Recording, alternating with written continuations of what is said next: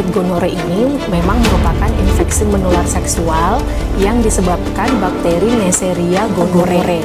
Jadi apabila pasien melakukan hubungan seksual yang tidak aman dan tidak terproteksi dan tidak memakai kondom,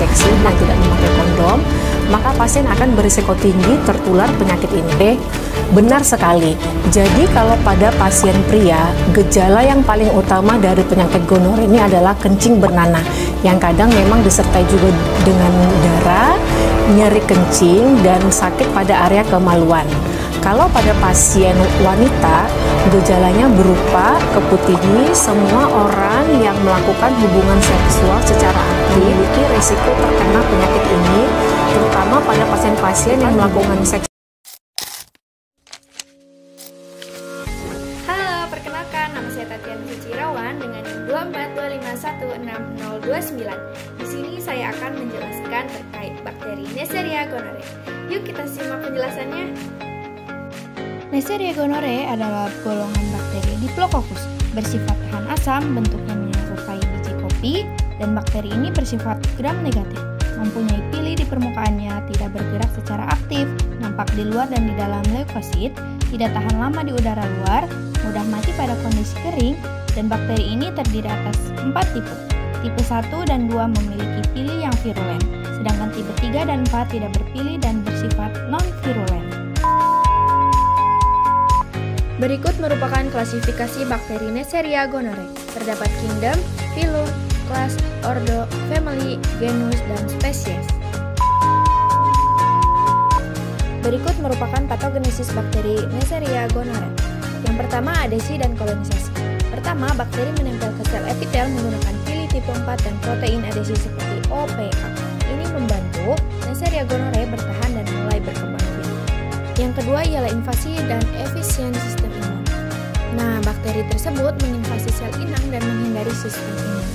Mereka mempunyai mekanisme seperti sialisasi lipoligossakarida untuk melindungi diri dari sistem komplement tubuh. Berikutnya yang ketiga ialah pemanfaatan nutrisi inang. Nah, selain itu, Neisseria gonorrhoeae memanfaatkan sumber karbon dari tubuh seperti glukosa dan laktat serta mengambil besi dari transferin dan laktoferin inang. Yang keempat ialah kerusakan jaringan dan inflamasi. Respon imun. Yang keempat ialah kerusakan jaringan dan inflamasi. Respon imun tubuh terhadap bakteri ini menyebabkan peradangan hebat. Inilah yang menyebabkan keluarnya cairan purulen atau nanah khas pada gonorrhoeae. Yang kelima ialah penyebaran dan resistensi antibiotik. Dalam beberapa kasus, bakteri ini bisa menyebar ke aliran darah dan menyebabkan infeksi sistemik seperti artritis septik. Dan lebih parahnya, Neisseria gonorrhoeae sekarang semakin resisten terhadap antibiotik, sehingga pengobatan menjadi lebih sulit. Penyebaran bakteri Neisseria gonorrhoeae bisa terinfeksi melalui hubungan seksual dengan berganti-ganti pasangan dengan pasangan yang terinfeksi. Dan yang kedua ada penularan dari ibu ke bayi saat persalinan yang dapat menyebabkan konjungtivitas neonatal. Dan yang ketiga ada kontak dengan benda yang terkontaminasi. Meskipun jarang terjadi karena bakteri ini tidak bertahan lama di luar tubuh manusia. Faktor yang meningkatkan penyebaran Neisseria gonorrhoeae. Yang pertama ada hubungan seksual tanpa perlindungan, 2 berganti-ganti pasangan seksual, 3 kurangnya kesadaran dan edukasi kesehatan seksual, 4 tidak melakukan pemeriksaan rutin, 5 resistensi antibiotik, 6 praktik seksual beresiko, dan 7 kurangnya pengobatan pada pasangan. Cara mendiagnosis bakteri Neisseria gonorrhoeae ialah dengan cara pemeriksaan laboratorium, yang kedua uji kultur bakteri, dan yang ketiga tes PCR atau NAATS. Pencegahan pada penyakit Neisseria gonorrhoeae ini ialah yang pertama pendidikan kesehatan seksual, yang kedua penggunaan kondom pada saat seksual, yang ketiga pengobatan pasangan seksual untuk mencegah infeksi berulang. Demikian video pembahasan mengenai Neisseria gonorrhoeae, bakteri penyebab gonorrhoeae yang masih menjadi tantangan besar di bidang kesehatan, terutama karena peningkatan kasus dan resistensi antibiotik yang makin meluas.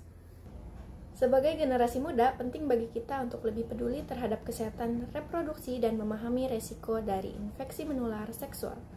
Edukasi, pencegahan, dan pemeriksaan rutin adalah langkah sederhana namun sangat penting untuk memutus rantai penyebaran penyakit ini.